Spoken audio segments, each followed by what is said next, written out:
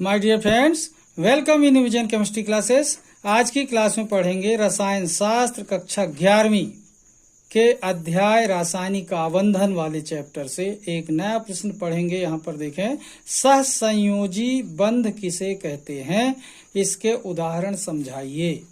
सहसंयोजी बंध किसे कहते हैं, इसके उदाहरण समझाइए, इसके बारे में आज हम पढ़ेंगे। ठीक है, तो देखते हैं इस प्रश्न का डिटेल। इसके पहले जिन लोग मेरे चैनल में नए हैं तो चैनल को जरूर सब्सक्राइब कर लीजिए और मेरा सहयोग कीजिए और देखिए इस प्रश्न का डिटेल। सहसंयोजी बंध किसे कहते हैं, इसके उदाहरण समझाइए। ठीक है,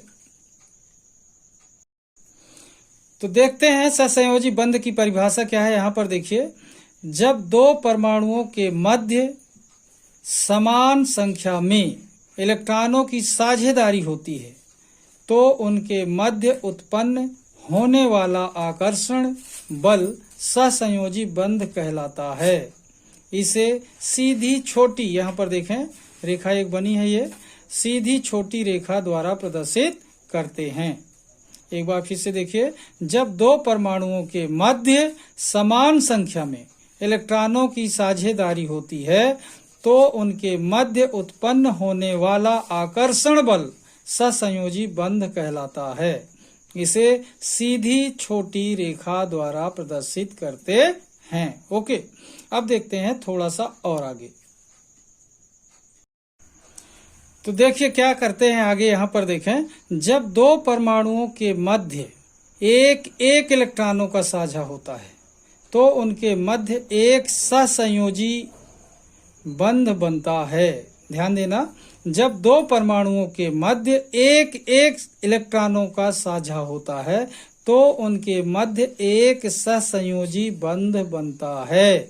जैसे यहाँ पर देखें, ए के पास एक एटम है ए, यहाँ पर भी दूसरा परमाणु ए है, पहला परमाणु ए, दूसरा परमाणु ए, इन दोनों के पास एक एक इलेक्ट्रॉनों की साझेदारी हो रही है। डॉट बना है जो इलेक्ट्रॉन है, प्लस मतलब आपस में शेयर कर रहे हैं, जुड़ रहे हैं।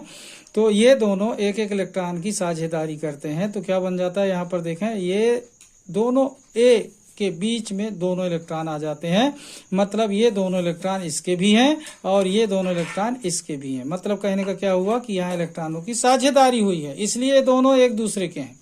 दोनों इलेक्ट्रॉन पर दोनों का बराबर का अधिकार है। या तो दो इलेक्ट्रॉन ऐसा लिख दें या फिर इस तरीके से एक आड़ी लाइन बना दें जिसे बॉन्ड कहते हैं, बंध कहते हैं। एक लाइन बनी है, दो इलेक्ट्रॉन केवल एक बंध बना सकते हैं। मतलब बंध बनाने के लिए, एक बंध बनाने के लिए दो इलेक्ट्रॉन लगते हैं। तो यहाँ पर एक ही बंध बना। यहाँ पर देखें क्या लिखा, एकल सहसंयोजी बंध। कौन सा बंध बना, एकल सहसंयोजी बंध, मतलब सिंगल कोवलेंट बॉन्ड बना। ठीक है, अब देखते हैं थोड़ा सा आगे। ये क्या पता चल गया कि एक एक इलेक्ट्रॉनों की साझेदारी से केवल एक ही सहसंयोजी बंध बनता है। ठीक है, अब थोड़ा सा आगे देखें, वीडियो में बने रहिए। ठीक है, अब आगे देखते हैं, जब दो परमाणुओं के मध्य दो दो इलेक्ट्रॉनों का साझा होता है, जब दो परमाणुओं के मध्य दो दो इलेक्ट्रॉनों का, यहाँ पर देखें कितने इलेक्ट्रॉन, दो दो इलेक्ट्रॉनों का साझा होता है तो दो सहसंयोजी बंध बनते हैं।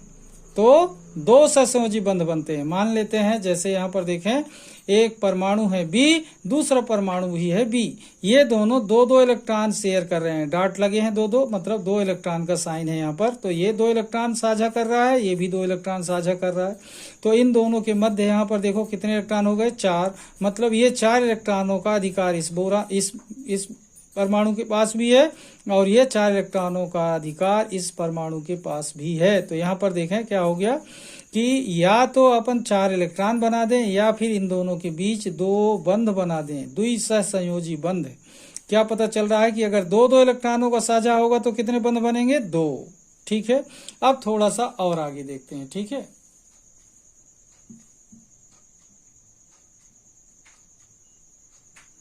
देखिए अब यहाँ पर देख रहे हैं, जब दो परमाणुओं के मध्य तीन तीन इलेक्ट्रॉनों का साझा होता है, जब दो परमाणुओं के मध्य तीन तीन, यहाँ पर देख रहे हैं कितने कितने इलेक्ट्रॉन, तीन तीन इलेक्ट्रॉनों का साझा होता है तो तीन सहसंयोजी बंध बनते हैं। यहाँ पर देखें, जैसे मान लो एक परमाणु एक्स है, दूसरा परमाणु वाई है। एक्स के पास तीन इलेक्ट्रॉन है, Y के पास भी 3 इलेक्ट्रॉन है, ये 3 इलेक्ट्रॉन साझा कर रहे हैं। तो यहाँ पर देखें XY बना, इन दोनों के मध्य 6 इलेक्ट्रॉन हो गए। मतलब ये 6 इलेक्ट्रॉन का अधिक 6 इलेक्ट्रॉन X के भी हैं और ये 6 इलेक्ट्रॉन Y के भी हैं, क्योंकि दोनों साझेदारी किए हैं। साझे का मतलब बराबर का अधिकार है दोनों का, ठीक है। या फिर ऐसा कर सकते हैं कि यहाँ पर X और Y के बीच में 3 सहसंयोजी बंध बना सकते हैं, त्रिसहसंयोजी बंध, ट्रिपल बॉन्ड, ठीक है। मतलब कहने का 2 इलेक्ट्रॉन 1 बॉन्ड, दूसरा 2 इलेक्ट्रॉन 2 बॉन्ड और तीसरा 2 इलेक्ट्रॉन ट्रिपल बॉन्ड बना लेते हैं। तो यहाँ 3 बंध बन जाते हैं। तो इस तरीके से देखा, एक इलेक्ट्रॉन की साझेदारी से एक सहसंयोजी बंध बनता है जिसे सिंगल कोवलेंट बॉन्ड कहते हैं। 2 इलेक्ट्रॉन की साझेदारी से डबल सहसंयोजी बॉन्ड बनेंगे जिसे डबल कोवलेंट बॉन्ड कहेंगे। और 3 इलेक्ट्रॉन की साझेदारी से क्या बनेगा, ट्रिपल कोवलेंट बॉन्ड बनेंगे, त्रिसहसंयोजी बंध। ओके, वीडियो में बने रहना। अब देखते हैं एग्जाम्पल्स के बारे में, उदाहरण के बारे में, ठीक है। देखें यहाँ पर उदाहरण देख रहे हैं, फर्स्ट एग्जाम्पल देख रहे हैं। यहाँ पर देखें, फर्स्ट एग्जाम्पल है हाइड्रोजन में सहसंयोजन। हाइड्रोजन में सहसंयोजन। तो यहाँ पर देखें, हाइड्रोजन के पास 1 इलेक्ट्रॉन होता है, दूसरा हाइड्रोजन भी 1 इलेक्ट्रॉन लेकर इससे साझा कर रहा है।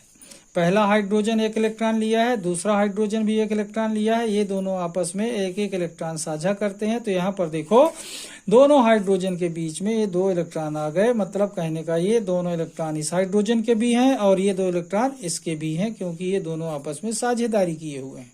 या फिर 2 इलेक्ट्रॉन के द्वारा क्या बनता है, एक सहसंयोजी बंध बनता है। तो यहाँ पर देखें, एक सहसंयोजी बंध, कौन सा बंध कहलाएगा, सहसंयोजी बंध, ठीक है। अब दूसरा एग्जाम्पल देखें, यहाँ पर क्लोरीन में सहसंयोजन। तो यहाँ पर देखें, Cl के पास 1 इलेक्ट्रॉन है, दूसरे Cl के पास भी 1 इलेक्ट्रॉन है। ये दोनों 1 इलेक्ट्रॉन साझा कर रहे हैं। तो यहाँ पर एक Cl, दूसरा Cl, दोनों के मध्य 2 इलेक्ट्रॉनों की साझेदारी हो गई।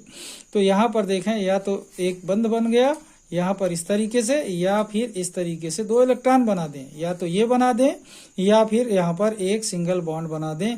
ये भी एक सहसंयोजी बंध है, सिंगल कोवलेंट बॉन्ड कहलाता है। ओके, अब देखते हैं नेक्स्ट एग्जांपल, ठीक है।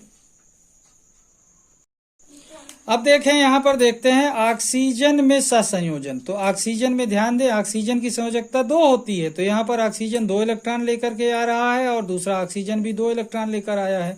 ये दोनों 2 इलेक्ट्रॉन लेकर के आपस में सहसंयोजन करते हैं, इलेक्ट्रॉनों की साझेदारी करते हैं। तो यहाँ पर देखो, दोनों ऑक्सीजन परमाणुओं के मध्य 4 इलेक्ट्रॉन हो जाते हैं। अब यहाँ पर देखें, या तो ऐसा बना दें या फिर 2 ऑक्सीजन के बीच में डबल बॉन्ड बना दें। तो यहाँ पर देख रहे हैं, द्विसहसंयोजी बंध बने। कौन सा बंध बना, द्विसहसंयोजी बंध, डबल कोवलेंट बॉन्ड, ठीक है। क्योंकि ऑक्सीजन की संयोजकता 2 होती है, ये 2 इलेक्ट्रॉन साझा करता है, ठीक है। अब देखते हैं नेक्स्ट एग्जांपल देख रहे हैं यहाँ पर कि नाइट्रोजन में सहसंयोजन। किसमें सहसंयोजन, नाइट्रोजन में सहसंयोजन। तो यहाँ पर देखो, नाइट्रोजन की संयोजकता होती है 3। तो एक नाइट्रोजन 3 इलेक्ट्रॉन लेकर आया, दूसरा नाइट्रोजन 3 इलेक्ट्रॉन लेकर आया, दोनों 3 इलेक्ट्रॉन का साझा करते हैं। तो यहाँ पर देखो, दोनों नाइट्रोजन के बीच में 6 इलेक्ट्रॉन हो गए। ये 6 इलेक्ट्रॉनों का यहाँ पर देखें, इस नाइट्रोजन पर भी अधिकार है और ये नाइट्रोजन का भी इन 6 इलेक्ट्रॉन पर है। मतलब दोनों नाइट्रोजन परमाणुओं पर ये 6 इलेक्ट्रॉनों का अधिकार है, ठीक है। मतलब ये 6 इलेक्ट्रॉन इसके भी हैं और ये 6 इलेक्ट्रॉन इसके भी हैं। या फिर यहाँ पर तो ये दोनों नाइट्रोजन के बीच में 3 सहसंयोजी बंध बना सकते हैं। ये 3 सहसंयोजी बंध बने हैं दोनों नाइट्रोजन के बीच में, देख रहे हैं। तो क्या हुआ यहाँ पर, त्रिसहसंयोजी बंध या ट्रिपल कोवलेंट बॉन्ड। तो इस तरीके से आपने देखा कि अगर 1 इलेक्ट्रॉन साझा करते हैं तो सिंगल सहसंयोजी बंध बनेगा, 2 इलेक्ट्रॉन साझा करते हैं तो डबल सहसंयोजी बंध बनेगा, और 3 इलेक्ट्रॉन साझा करते हैं तो ट्रिपल कोवलेंट बॉन्ड बनेगा। इस तरीके से आपने देखा कि जब 2 परमाणुओं के मध्य समान संख्या में इलेक्ट्रॉनों की साझेदारी होती है तो उनके मध्य उत्पन्न होने वाला आकर्षण बल ही सहसंयोजी बंध कहलाता है तथा इसे एक छोटी सीधी रेखा से प्रदर्शित करते हैं। अगर एक सहसंयोजी बंध बनेगा तो 1 रेखा, 2 बनेंगे तो 2 रेखाएं और 3 बनेंगे तो 3 रेखाएं। ओके, इस तरीके से आपने देखा सहसंयोजी बंध किसे कहते हैं और इसके उदाहरण। शायद आपको ये वीडियो पसंद आएगा। आप वीडियो को लाइक कीजिए, शेयर कीजिए और यदि आप चैनल में नए हैं तो चैनल को सब्सक्राइब कर लीजिए और मेरा सहयोग कीजिए। आज की क्लास को मैं यहीं पर समाप्त करूंगा। तब तक के लिए धन्यवाद। जय हिंद, जय भारत।